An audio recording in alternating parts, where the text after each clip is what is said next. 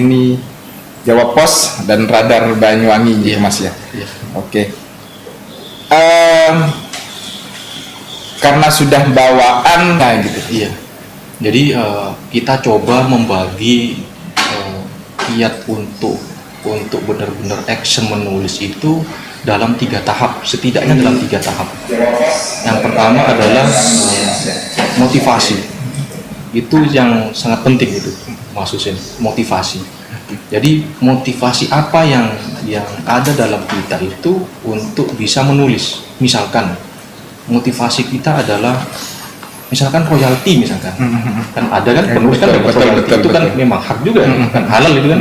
Kemudian misalkan motivasi yang lain adalah nama misalkan. Betul. Kemudian motivasi lain misalkan adalah penulis lainnya misalkan. Jadi saya beberapa sebelum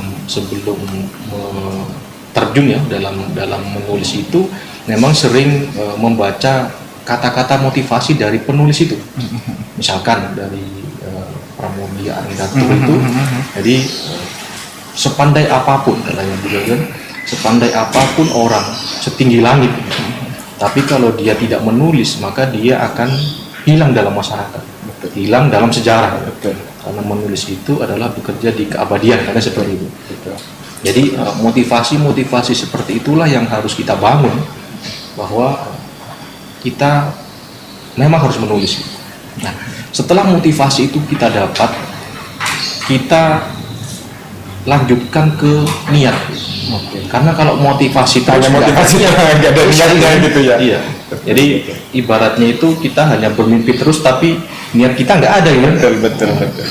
Jadi niat itu kalau di bidang kami, di bidang hukum, saya kan bidang hukum pidana, niat itu bisa diartikan adalah kehendak. Jadi kehendak itu.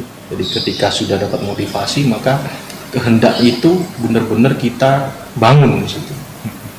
Baru ketika setelah ada niat kita wujudkan dalam bentuk action. Niat terus nggak action ya percuma juga ya. Betul. Jadi ada tindakan gitu ya. Ada aksinya, ada realnya. Gitu. Apa realnya ya menulis gitu. Karena menurut yang saya baca juga bagaimana cara kita untuk bisa menulis, jawabannya adalah menulis gitu. Karena tidak bisa kalau kita tidak mencoba, tidak akan bisa. Jadinya ke 3 tahapan itu ya, jadinya harus pertama ya motivasi, terus ada niat, terus ada action. Itu juga ya harus ada niat saja tanpa ada motivasi, terus tidak akan. Iya, jadi ada niat saja tapi tidak punya motivasi kan cuma berkehendak saja. Jadi artinya tidak ada dorongan untuk action gitu. Melakukannya itu betul. Terus juga melakukan action tanpa mungkin ada latar belakang atau apa ya, mungkin juga tidak bagus juga gitu ya. Jadinya liar jadinya. Jadi liar, tulisan liar gitu ya. Oke.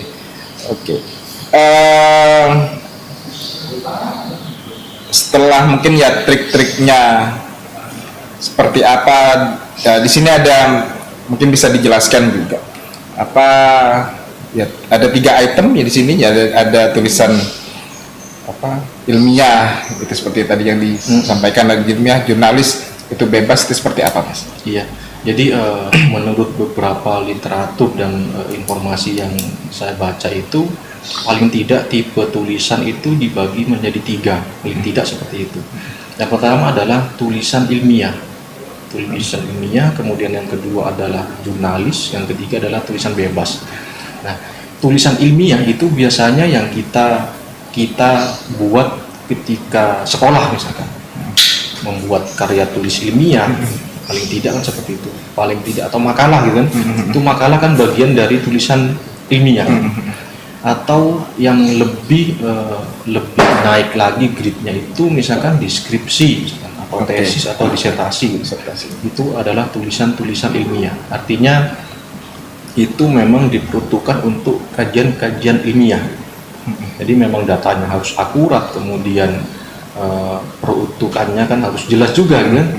Nah, untuk tipe yang jurnalis itu seperti yang kita baca di misalkan di media, misalkan yang ditulis oleh para jurnalis, itu gaya bahasanya itu biasanya menarik orang untuk masuk Ke dalam dunianya ya, gitu. ke dalam dunianya, ke beritanya gitu.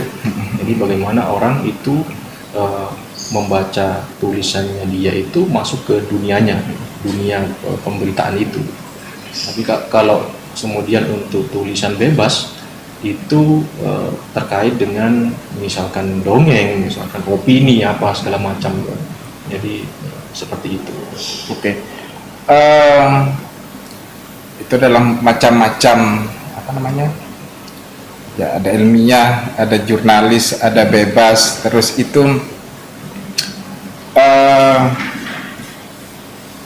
kapan sih kira-kira atau mungkin bisa dimulai untuk kita bisa menulis itu, Mas? Kalau ditanya kapan dimulai kita menulis, saat ini kita bisa menulis sebenarnya. Artinya mungkin tahapan apa yang lebih cocok atau mungkin dari sejak dini mungkin sudah mulai dibiasakan untuk Iya, jadi untuk bisa kita menulis itu, kalau saya ya, jadi kita harus berani memilih tipe-tipe tulisan tersebut. Artinya kita pilih, kemudian kita konsisten di situ. Kita pilih, kita konsisten, kemudian kita aktualisasikan. Kalau memang pada saat itu kita dibutuhkan untuk menulis karya ilmiah, maka ya kita harus konsisten dengan pedoman-pedoman yang ada dalam tulisan ilmiah tersebut. Tetapi kalau itu di tulisan bebas, maka kita bisa beropini misalkan. Jadi kita harus konsisten dengan tipe-tipe penulisan tersebut. Seperti itu. Oke, mungkin kalau dari sejak dini mungkin bisa diajarkan mungkin dengan menulis ringan gitu, Mas ya. Maksudnya mungkin tentang cerpen anak-anak sekolah gitu ya. Terus mungkin ya kegiatannya sehari-hari mungkin dibuatkan kayak diarinya dan sebagainya gitu ya. Karena itu kan membangun imajinasi. Jadi imajinasi itu kita bangun melalui sebuah ide misalnya. Jadi ide, kemudian gagasan itu kita bangun dan kemudian kita aktualisasikan dalam bentuk tulisan. Jadi seperti itu. Dan menulis itu benar-benar asik. Kenapa saya bilang seperti itu? Ya, karena saya sudah merasakan juga. Jadi selama 2 tahun ini meskipun agak susah juga untuk bagi waktunya ya, tapi paling tidak kita harus meluangkan waktu untuk bisa menulis, dan itu asik juga jadinya. Mungkin menulis itu asik itu mungkin karena kita sebelumnya mungkin sudah sering terbiasa untuk sering membaca gitu, Mas. Jadinya biasanya kan kalau pemula biasanya kan tulisannya atau redaksinya, pemilihan redaksi kan juga harus menjadi kriteria untuk. Iya. Jadi benar. Jadi untuk menulis itu memang kita harus paham dengan pedoman yang diinginkan oleh user lah, kira-kira seperti itu gitu kan. Jadi misalkan kita mau nulis jurnal ya, kita tulis jurnal, itu kan ada gaya selingkung dari sana kan. Jadi pedomannya ini, itu kita harus kuasai sudah. Jangan sampai pedomannya ABC kita tulis DEF misalnya. Betul. Kan nggak masuk kan seperti itu kan. Nah, kita harus kuasai dan kita harus pahami tentang pedoman dari kemauan dari pengguna. Kalau kita misalkan menulis tentang opini, ya jangan menulis yang formal gitu. Jadi bahasanya jangan datar-datar gitu, tapi harus meledak-ledak kan seperti itu. Jadi bagaimana kita memformulasikan atau memilih diksi atau kata itu menjadi sebuah hal yang menarik gitu. Jadi kalau datar-datar saja itu tidak menarik, ngantuk jadinya gitu. Jadi kita bacanya hanya A B C D F HIJ, KLM ngurut saja gitu. Tetapi kalau kita selingi dengan bahasa-bahasa yang ilmiah gitu ya. Iya, bahasa ilmiah, kemudian bahasa-bahasa yang sifatnya dalam tanda petik bombastis lah, itu lebih menarik gitu ya. provokatif perlu sebenarnya jadi untuk menarik minat pembaca ya. Seperti itu. Mungkin terkadang ide itu muncul biasanya pas ada di jalan atau di mana. Nah, triknya bagaimana untuk biar tetap safe, biar tetap nanti akan saya tulis di rumah. Itu triknya seperti apa itu biasanya? Kalau saya ini pengalaman pribadinya, pengalaman pribadi itu biasanya saya WA. Oke. Kebetulan saya punya dua HP kan. Saya WA ke HP saya sendiri tentang apa pokok ya atau ide apa yang saya temui pada saat itu. Kita kan butuh poinnya saja gitu. Tentang ini, kemudian itu kita kembangkan. Nah, perlu diketahui juga Mas Hussein bahwa kalau kita sudah lumayan banyak tulisan ya, itu kan nanti bisa menjadi sistem ATM saja. Artinya amati, tiru, modifikasi. Oke. Nah, jadi tulisan-tulisan terdahulu kita, materi-materinya itu bisa kita penggal-penggal juga untuk kemudian kita modifikasi dan disesuaikan dengan isu terkini. Seperti itu. Jadi ketika tulisan-tulisan kita sudah lumayan banyak, kita tidak perlu lagi mengulang dari nol. Misalkan seperti tulisan-tulisan yang terpublish di punya saya itu, sebagian itu kita sadur lagi dari ini, pokoknya yang berkaitan kita masukin, kemudian kita sesuaikan dengan isu-isu terkini yang kita angkat seperti itu. Kemudian untuk menulis di media massa misalnya dalam bentuk opini, itu banyak opini sih. Lebih banyak opini yang saya opini itu kita harus pandai-pandai melihat momentum. Jadi isu terkini yang saat ini sedang up to date itu apa? Itu yang harus kita ini. Jangan sampai misalkan saat ini kita kan lagi up to date-nya COVID-19 betul. Kemudian kita membahas tentang misalkan SARS misalkan, kan nggak laku tulisan seperti itu kan. Betul.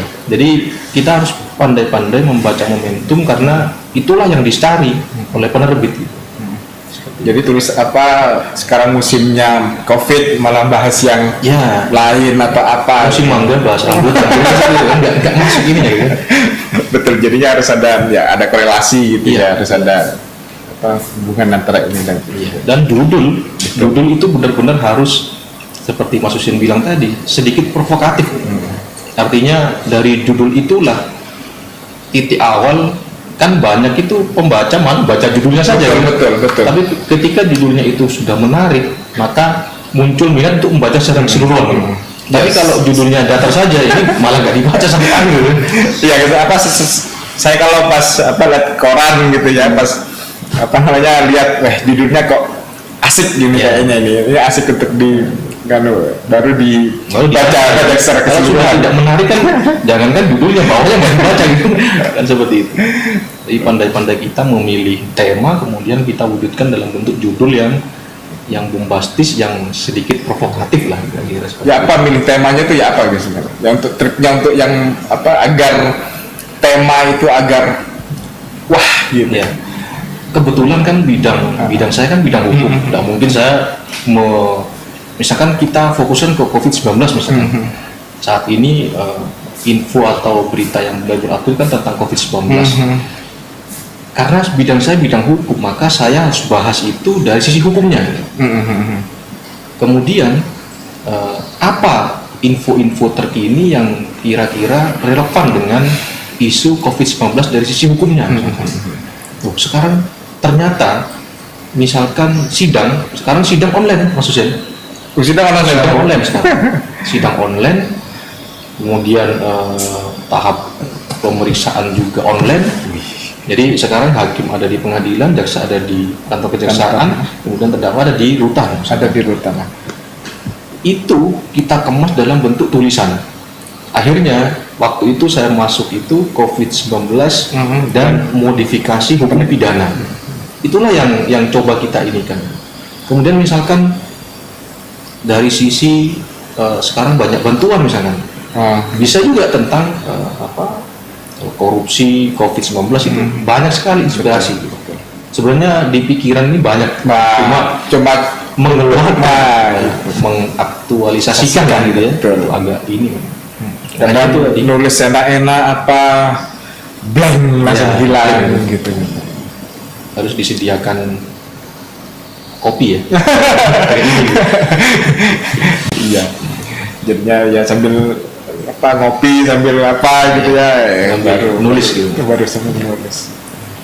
Itu juga macam-macam juga maksudnya. Biasanya dulu saya itu baru bisa menulis itu di malam hari, ketika sudah tenang gitu. Sudah betul, apalagi kalau berkeluarga gitu ya, nggak bisa pasti digangguin gitu. Iya.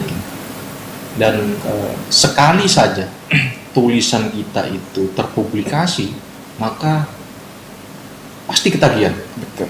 Karena apa? Saya sudah mengalaminya. Awalnya saya coba-coba saja itu. Saya coba-coba. Jadi tulisan saya yang pertama itu ya buku kompilasi itu. Nah, ketika itu terpublikasi, senangnya minta ampun ini. Akhirnya ketagihan kan, kita coba lagi. Loh, kok lolos lagi? Kita coba lagi, lolos lagi seperti itu. Akhirnya ya keterusan. Dan itu benar-benar mengasihkan lah ininya. Jadinya ya seperti yang tadi disampaikan di awal itu ya, jadinya harus ada motivasi yang kuat gitu Mas ya. Artinya untuk perlu fokus untuk bisa menulis. Jadi kalau motivasi terus niatnya hanya setengah-setengah gitu sudah susah, setengah-setengah lebih baik kembali kan. Ragu-ragu, kalau itu ragu-ragu lebih baik kembali. Atau mungkin sekarang kan harus putar balik gitu. Jangan masuk sekalian. Jangan masuk sekalian. Oke. Terus mungkin punya pengalaman apa yang bisa di-sharekan ke teman-teman di sini, mungkin ya kendala atau apa gitu selama menulis gitu, mungkin yang bisa di-sharekan gitu. Iya. Jadi kalau menurut saya itu ini mungkin dialami juga oleh teman-teman mahasiswa juga gitu kan. Adalah pertama itu mungkin kesulitan di tema ya. Jadi oke lah tema dapat misalnya. Tetapi mengembangkan tema itu yang sulit gitu. Itu yang harus banyak referensinya gitu juga. Karena untuk bisa menulis kita harus baca tulisan orang lain. Betul. Nggak bisa kita menulis, kita mengangan-angan saja, nggak bisa.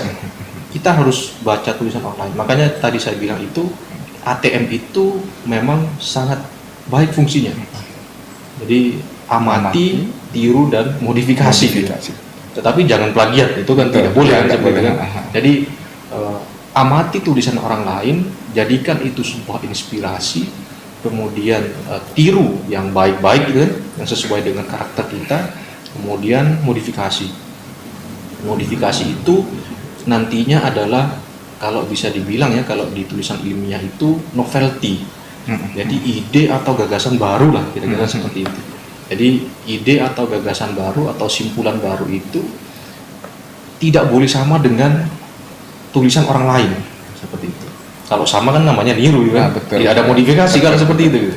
Jadi novelty itu yang penting juga. Jadinya harus ya sering banyak baca juga gitu untuk bisa kemarin baca ya kemarin saat ini kemarin tulis ya betul, jadinya sangat relevan sekali. Jadinya kemarin kita diminta untuk membaca gitu ya, sekarang kita diminta untuk ya harus menulis gitu. Jadi setelah membaca apa yang sudah ya dibaca, ya sekarang kita harus menulis ya, atas apa yang sudah kita baca. Menulis asik. Oke. Terus di sini tadi ada ATM itu Mas. Apa itu Mas? ATM. Iya. Jadi istilah seperti apa itu? Istilah itu sudah banyak digunakan sebenarnya. ATM itu kan amati, tiru, kemudian modifikasi. Jadi memang kita harus akui bahwa untuk memperoleh ide yang benar-benar ide murni itu memang sulit kita. Bukan sulit, bisa, cuma memang sulit karena lama juga. Jadi dan itu kalau saat ini boleh dibilang kita memang sudah seperti itu gitu. Jadi kita amati tulisan-tulisan para pendahulu kita, ide-ide para pendahulu kita, kemudian untuk ide-ide yang sesuai dengan kita ataupun yang tidak sesuai dengan kita itu kita tiru gitu. Tekniknya kita tiru, dan meniru kan tidak masalah juga sepanjang peniruan itu kan ada batasnya, kira-kira seperti itu kan. Kalau plagiasme itu berapa persen, Mas? Kalau di sini ada 25%, ya 25 ya. 35 itu ya. 35%. Itu kan ambang batas Betul, maksimal kan. maksimal, Di atas betul. itu kan dianggap plagiat kan, seperti plagiat, itu. betul. Jadi masih memang memungkinkan untuk meniru tulisan orang lain, dan kalau menurut saya itu sah-sah saja. Asalkan yang M-nya itu benar-benar juga dilakukan modifikasinya itu. Jangan sampai meniru dan itu plak. Kemudian juga dalam menulis itu jangan sampai kita mengkritisi kemudian kita sejalan dengan kritisi tersebut. Misalkan kita menulis skripsi misalkan. Kita menulis skripsi tentang studi putusan terhadap A misalkan. Pengadilan negeri A misalkan memutus seorang terpidana dengan pidana penjara sekian misalkan. Kemudian kita bahas di situ di sebuah skripsi misalkan. Ini kan buat bahan juga sama adik-adik mahasiswa yang akan menulis gitu kan. Jangan sampai kita sejalan dengan putusan itu gitu. Betul. Jadi kita harus memposisikan itu berlawanan dengan yang dikritisi itu. Tentunya dengan dasar-dasar hukum, kemudian argumentasi yang kuat gitu. Kalau kita menulis misalkan skripsi, kemudian studi kasus, studi putusan misalkan, kemudian di simpulan kita saya sepakat dengan putusan itu, ngapain kita tulis gitu kan? Betul. Kan seperti itu. Jadi ya kalau sejalan ya ngapain kita tulis gitu kan? Jadi kita posisikan di situ, kita tidak sejalan dengan itu. Itu kalau tulisan ilmiah dalam bentuk skripsi ya. Kalau kita misalkan tesis atau disertasi itu, kita tidak sejalan dengan teorinya para ahli misalkan. Ya kita posisikan di situ apa teori yang relevan untuk ini, gitu kan, seperti itu. Tapi terutama yang agak ini di deskripsi itu. Jadi ada beberapa yang ini di sana ya, dan di sini di luar itu sejalan dengan putusannya. Ngapain kita kritisi gitu? Betul. Mungkin dalam menulis gitu Mas ya, kita juga harus mengetahui batasan-batasan. Artinya apalagi sekarang sosial media itu sangat cepat sekali gitu. Artinya kalau semuanya menulis apa yang entah itu karya tulis ilmiah atau itu opini, itu juga harus mengetahui batasan-batasan. Apalagi sekarang ya mungkin kita berbicara kayak undang-undang ITE gitu ya. Jadinya agar hati-hati ya. gitu. Ya. Iya. Jadi dulu kan ada kata-kata itu mulutmu harimau. Sekarang itu rupanya sudah banyak bergeser Mas ke jarimu harimau. Betul. Jadi jari-jari kita ini adalah harimau. Betul. Salah tulis kita bisa dipidana karena itu kan. Betul. Makanya batasan-batasan seperti yang Mas Husin bilang itu memang sangat diperlukan. Artinya jangan sampai tulisan kita itu melampaui batasan-batasan yang telah ditentukan. Betul. Artinya ya adab juga harus kita inikan, kemudian moral juga harus kita pegang itu, kemudian batasan secara hukumnya pun itu kita harus pegang gitu. Jangan sampai opini yang kita yang kita tulis itu nanti berbau sara misalkan, atau berbau provokatif yang sifatnya nanti memberikan nuansa yang tidak kondusif, Betul. itu malah menjadi bumerang buat kita. Setelah nulis setelah kita terbit malah dipanggil Polisi gitu. kepolisian gitu. Ya, itu. Makanya. Jadi memang batasan-batasan itu harus dipedomani seperti itu. Dan biasanya ya kita memang harus menguasai tentang batasan-batasan itu. Tapi insya Allah kalau niat kita baik, dalam arti tulisan kita adalah tulisan yang sifatnya itu adalah keilmuan, itu kita pikir tidak ada masalah untuk seperti itu. Tapi kalau sudah niat dari yang pertama tadi kembalikan niatnya tadi ya, betul. Kalau niatnya itu adalah untuk memberikan situasi yang tidak kondusif, maka tulisannya pasti tidak kondusif. Tetapi kalau niat kita itu untuk memberikan sebuah ide atau sebuah gagasan, maka yang muncul adalah ide atau gagasan seperti itu. Ya seperti yang disampaikan tadi, jadinya niatnya itu, motivasinya, jadinya memang harus benar-benar gitu. Iya. Kalau semuanya separuh-separuh atau terus melanggar dari tata aturan, ya itu ya bisa menjadi bumerang bagi diri kita. Jadi malah kita nggak dapat apa-apa, malah dapat pidana malah gitu kan, seperti itu. Apa sih Mas yang didapat, mungkin teman-teman di sini pengen tahu, jadinya setelah nulis itu apa yang mungkin dirasakan, atau apa sih gitu yang mungkin ingin di-share. Ya. Yang dirasakan itu kalau saya itu adalah kepuasan. Jadi kepuasan itu yang saya rasakan, apalagi ketika sebuah tulisan itu terpublikasikan. Itu ada kepuasan tersendiri yang tidak bisa diungkapkan lah kira-kira. Ini saya masih pemula juga. Bagaimana bagi penulis-penulis yang sudah mengeluarkan buku-buku yang sudah banyak, misalkan. Betul. Saya tidak bisa membayangkan puasnya itu bagaimana, gitu kan? Betul. Jadi itulah yang saya rasakan seperti itu. Kemudian ini juga bisa menjadi perhatian bahwa seperti kembali ke yang tadi itu, kita harus pintar mencari momen. Misalkan kita mau fokus di tulisan jurnal misalkan. Sekarang kan untuk lulus S1, S2, S3 kan harus ada jurnal yang terpublikasikan gitu kan. Nah, kita harus mengetahui gaya selingkungnya jurnal tersebut. Misalkan dia menggunakan footnote dengan A4 3x3 segala macam gitu. Itu kita harus ikuti. Kemudian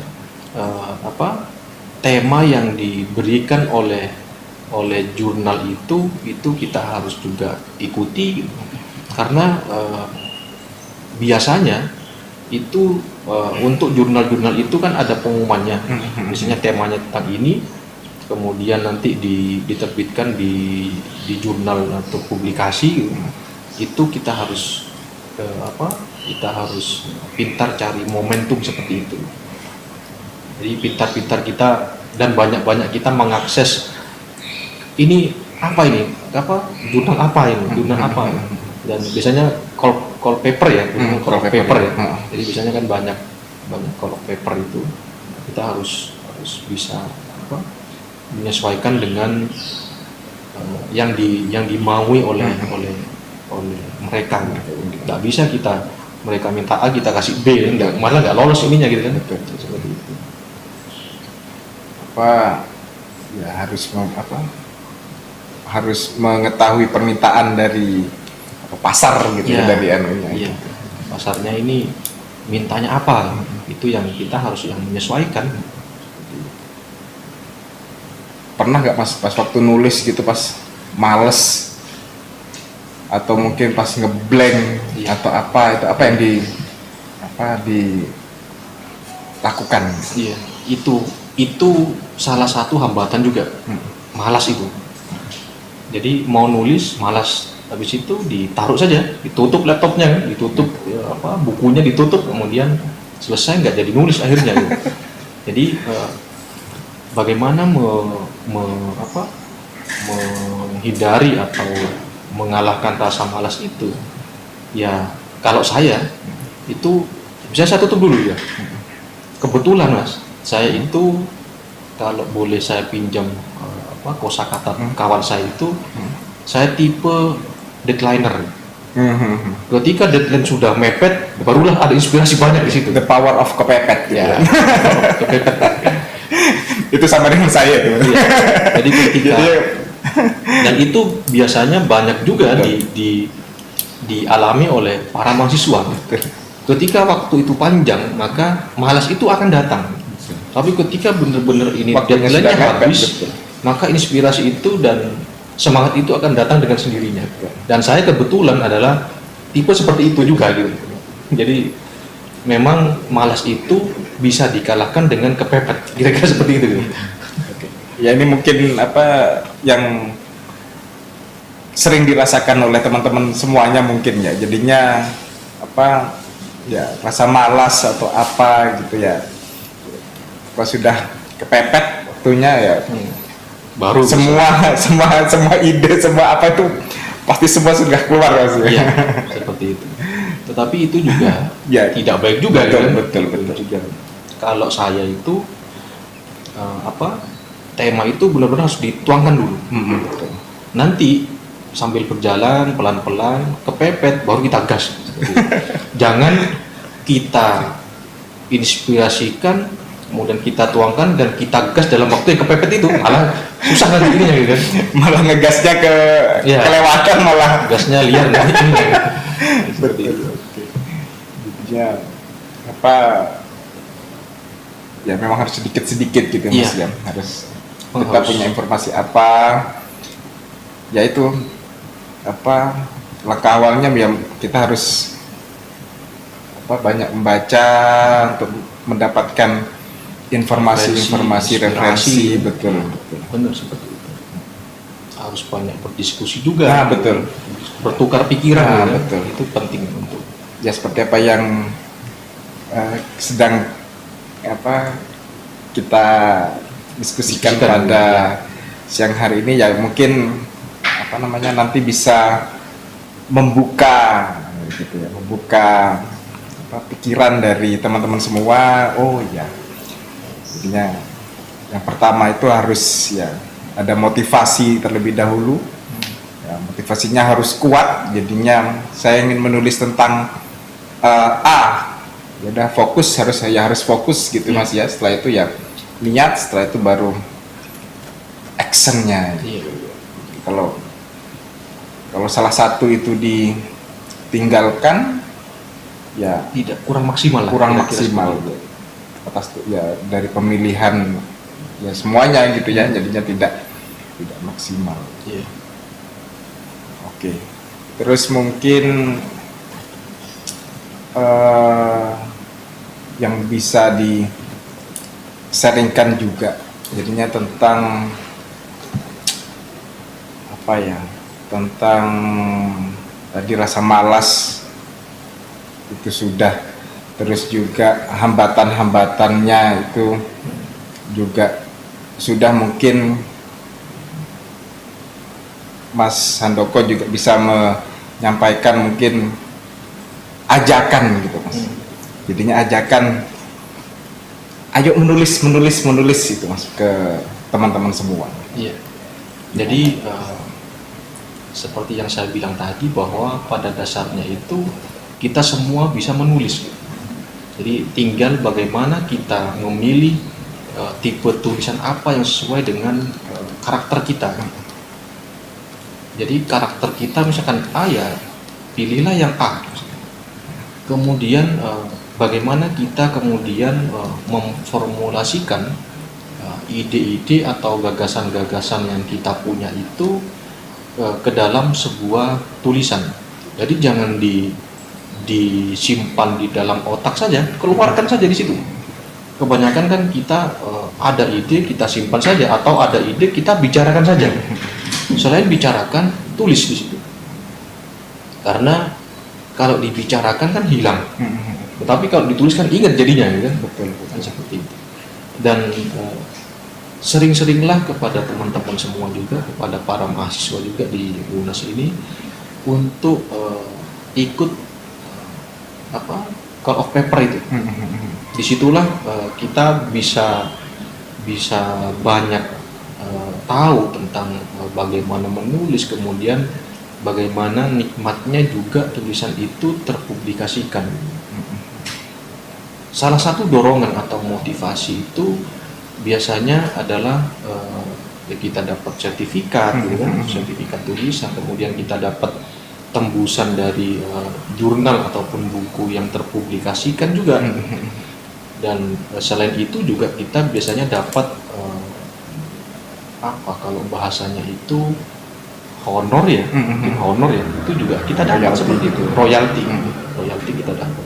Kemudian kita biasanya kalau call of paper itu tulisan kita itu kita presentasikan, kita presentasikan, barulah dapat sertifikat dan segala macam seperti itu. Jadi bagaimana tulisan yang kita tulis itu bisa dipertanggungjawabkan.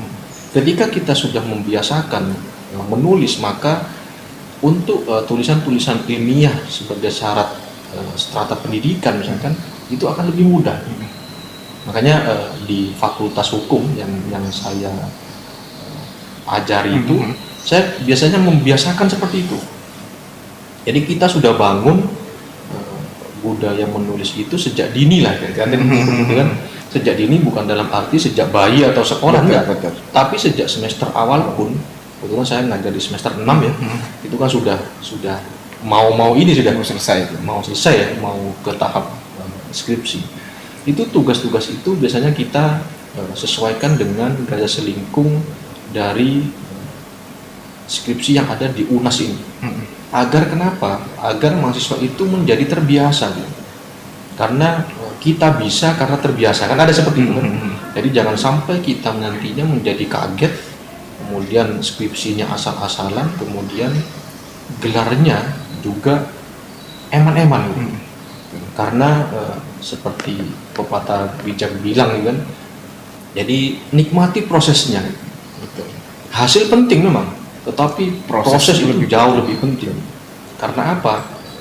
Proses yang maksimal itu nanti hasilnya insya Allah maksimal. Karena kan ada juga kan bahwa proses hasil tidak akan mengkhianati prosesnya, gitu kan, seperti itu. Jadi kita tidak boleh lagi terpaku dengan hasil. Jadi prosesnya itu yang harus kita nikmati. Ini dalam konteks ini ya, dalam konteks akademisi ya, dalam tulisan juga. Ya, apa namanya, tidak akan mengkhianati hasilnya. Ya. Intinya aja proses itu juga sangat penting sekali. Sangat penting sekali. Karena itu akan terlihat dari tulisan, kemudian dari tutur kata juga, itu kan, dari sikap juga. Itu proses itu yang tidak bisa kita khianati, tidak bisa dibohongi. Meskipun hasilnya bagus, tapi prosesnya tidak bagus, akan terlihat. Bagaimana nanti ketika teman-teman mahasiswa misalkan kembali ke masyarakat, misalkan, betul. itu akan kelihatan, sangat betul. akan kelihatan. Kita sama-sama sudah pernah turun ke jalan, gitu ya. Jadi kita memang harus seperti itu. Oke. Mungkin terakhir gitu Mas ya. Ini banyak opini-opini yang Mas terbit di Jawa Pos dan sebagainya. Mungkin bisa ngasih trik atau tips kira-kira bagaimana sih agar tulisan kita jadinya bisa tembus, bisa lolos ke surat kabar dan sebagainya. Iya. Ini untuk yang media massa ya. Media massa. Terutama di jalur opini ya. Jadi yang kiat-kiatnya itu seperti yang saya bilang tadi, pinter cari momentum. Karena penerbit di media massa itu mencari judul-judul yang sangat relevan dengan isu-isu terkini. Yang saya bilang tadi bahwa isu terkini itu apa? Itu yang harus kita pegang. Kemudian kaitkan dengan ilmu yang kita kuasai gitu. Jangan sampai isu terkininya ini ilmu yang kita kuasai tidak masuk ke situ gitu. Percuma juga gitu kan. Kemudian banyak juga membaca tulisan dari orang lain tentang isu-isu terkini itu. Karena seperti yang saya bilang tadi, ATM itu harus itu amati. Iya. Dan yang paling penting itu tulis habis itu. Karena percuma kita punya ide apa, kita tidak tulis, kemudian kirim. Karena kalau tidak dikirim kan tidak tahu jadi kirim ke penerbit, kemudian biasanya itu kalau tulisan kita itu tidak ada respon dalam jeda waktu tertentu, itu biasanya itu tidak terbit biasanya. Dan jangan salah bahwa banyak juga saya tulisan itu tidak terbit gitu. Banyak juga. Jadi meskipun kita sudah sesuaikan dengan isu-isu terkini, tetapi penerbit juga melihat misalkan ini tidak, atau ada yang mirip misalkan dengan tulisan terdahulu, itu biasanya tidak terbit juga. Seperti itu. Jadinya kiatnya seperti itu. Jadinya ya banyak membaca, banyak share, banyak diskusi dengan teman-teman, dengan para yang sudah expert di bidangnya, terus juga ya, terus diproseskan dalam bentuk tulisan, agar atas apa yang sudah ditulis itu juga bisa dibaca nanti dari apa untuk orang lain.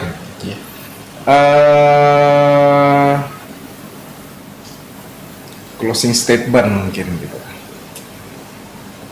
dari Mas. Apa ya? Bingung juga saya. Jadi seperti yang saya bilang tadi, closing statement tentang tema yang kita bahas hari ini, bahwa menulis itu asyik gitu. Nanti untuk bisa menulis maka harus menulis gitu. Jadi tidak akan bisa kalau kita mau menulis tetapi kita tidak menulis gitu. Mau menulis sekecil apapun, tulis dulu seperti itu. Kemudian tulis dan tulis. Barulah kita bisa menulis. Dan harus di garis tebal, kalau perlu ada underline di situ, ada garis bawah gitu kan, bahwa menulis itu asyik. Itu biasanya ketika tulisan saya terpublis, biasanya saya buat status tentang itu, jalur menulis asyik seperti itu. Jadinya harus ya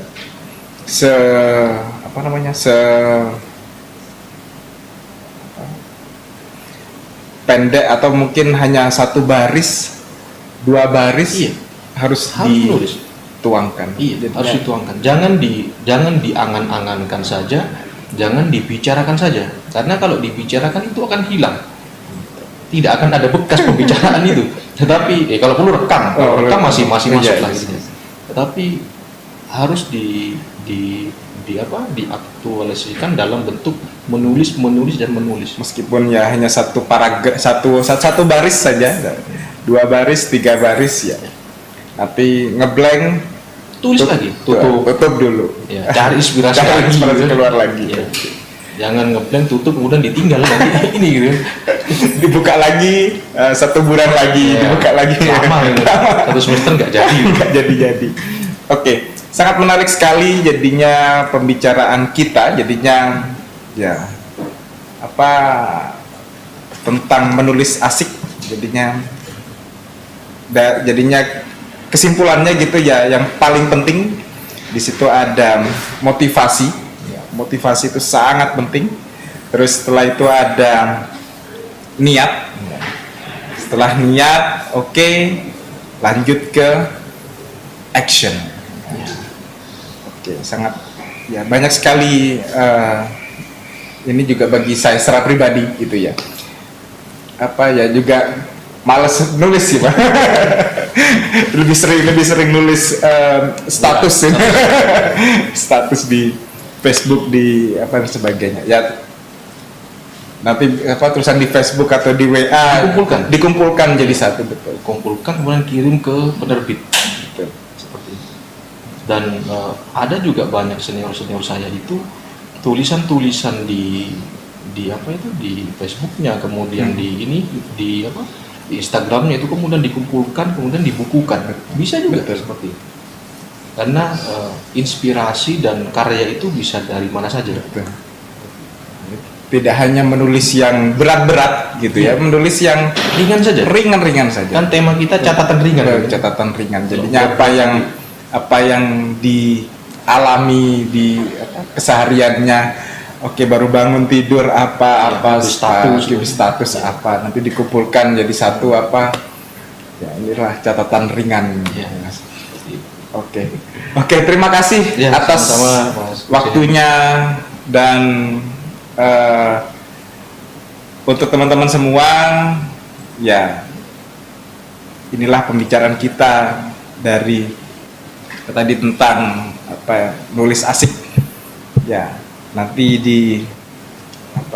tunggu ke lanjutannya, mungkin nanti ada lomba-lomba menulis itu Mas gitu ya. Oke. Mungkin ini dari kami. Oke, jangan lupa untuk di like, komen, dan subscribe. Oke, terima kasih. Assalamualaikum warahmatullahi wabarakatuh.